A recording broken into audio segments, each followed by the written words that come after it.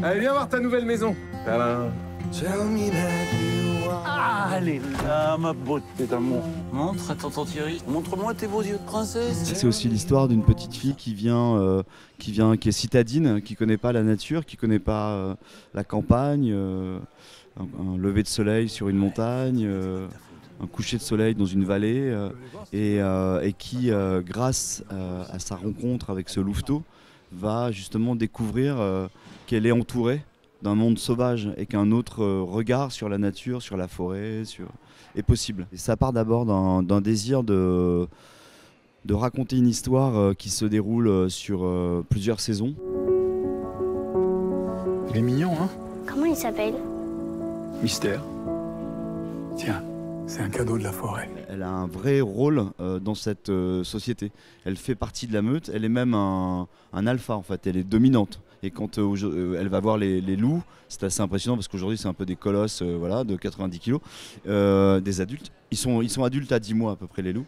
Et c'est pour ça qu'on avait un travail de continuité dans la relation entre Shanna et les loups. Et donc aujourd'hui en fait elle fait vraiment partie de ce clan en effet. Et quand elle rentre quand elle va aller voir chez Muriel Beck, les loups adoptent une attitude de soumission. Et elle fait partie intégrante de la meute. C'est que mon père te voit.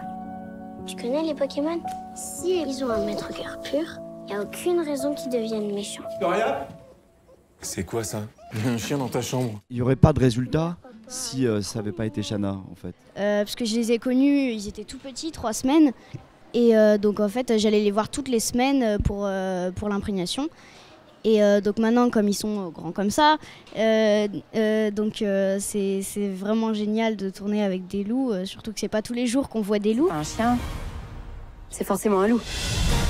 Il a une espèce de maturité, il est à la fois sexy mais très sensible, et donc il fallait chercher le papa de la petite fille du film, et moi j'aime bien l'idée d'arriver avec une proposition un peu différente dans la carrière d'un acteur, et c'est pour ça que je suis allé vers Vincent. Le rôle de l'oncle qui est un peu la maman du film quoi. Et alors c'est très drôle parce que Eric Elmosnino il a vraiment cette part de tendresse, de bon copain, de féminité, et à la fois très sympathique et très très drôle quoi. Enfin il a une espèce de ressort comme ça de comédie.